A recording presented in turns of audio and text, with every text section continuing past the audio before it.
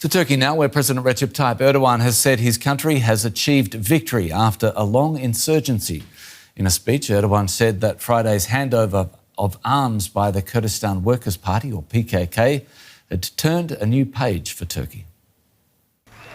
A historic moment in a conflict that has shaped generations.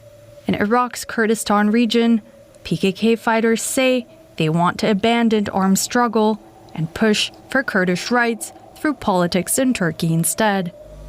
But the group's leadership insists this is only possible if Turkey makes real changes, including laws that will let former fighters return and join democratic life safely. In order for us to engage in democratic politics, to organize freely, and to achieve democratic integration with Turkey, we need to freely go to Turkey, conduct democratic politics with our own identity in a free manner, develop efforts for democratic organization, and laws need to be enacted on this matter. For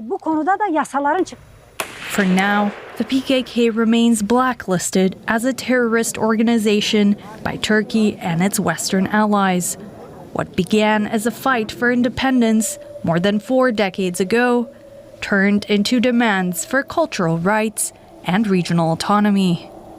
Kurds make up around 20% of Turkey's population, the country's largest minority, and also live across Syria, Iraq, and Iran. The armed conflict has killed an estimated 40,000 people, including civilians, Turkish soldiers, and Kurdish fighters. The decision to disband was welcomed by Kurds in northern Iraq. The PKK should reach an agreement with Turkey. There's no benefit in war. War is not the solution. They must reach an agreement that will be beneficial for both. Why waste people's blood? As well as many Kurdish residents in Istanbul. It's very good news. All the mothers of killed soldiers and PKK rebels have been crying since the 1980s. After today, all we want is unity and friendship. With the help of God, we will all be united in Turkey. But after decades of bloodshed, deep mistrust remains. I do not think peace is real and sincere. I'm sure with a different name, they are already organizing inside our country.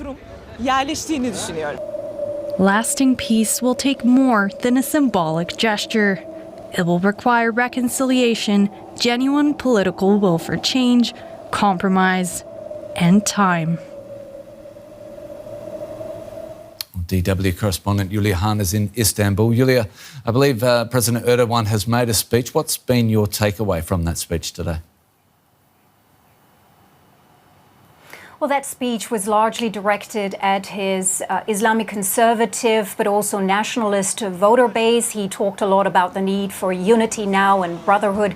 I think the president knows that he still has quite a lot of convincing to do when it comes to this peace process, a process that has not been very transparent for the public in recent months. And after more than 40 years of war with the PKK, mistrust really runs deep in this society among many Turkish people towards the PKK's commitment to peace, among many Kurds toward the government. And President Erdogan today tried telling people that now is not the time to continue fighting, but to talk and to solve differences through negotiations. And he confirmed that a commission will be set up in Parliament to oversee the whole peace process and to create the legal requirements for the PKK's disarmament. He did not go into any details what that could entail, but some suspect it could be about the possible release of Kurdish political prisoners. Thousands of people have been detained or arrested here in Turkey in the past decade over alleged links to PKK terror. That is just one such aspect. But as I said, Erdogan didn't go into much detail here. Julia, what might Erdogan be hoping to gain politically from this?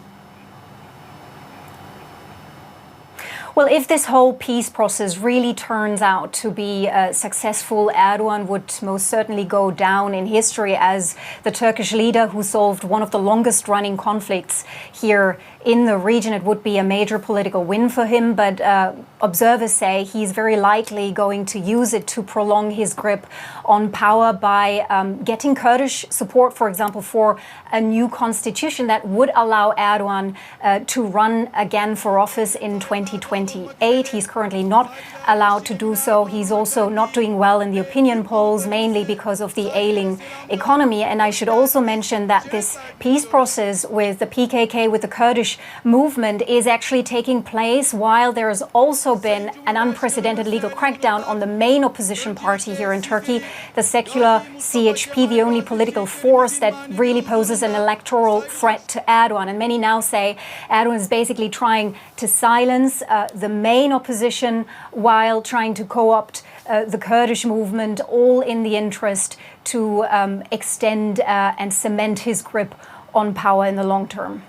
The laying down of arms was, though, seemingly a huge step toward peace. How difficult will it be, just briefly, to make this a lasting peace, do you think?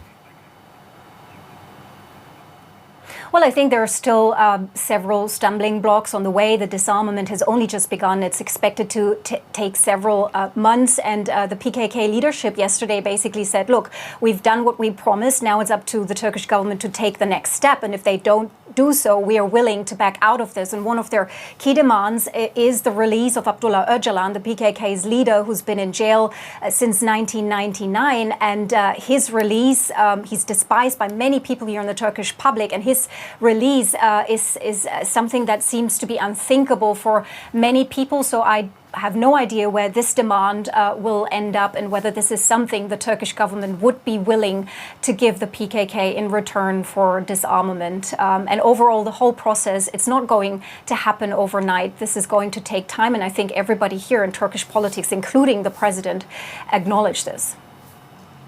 Julia Hahn in Istanbul, thank you so much.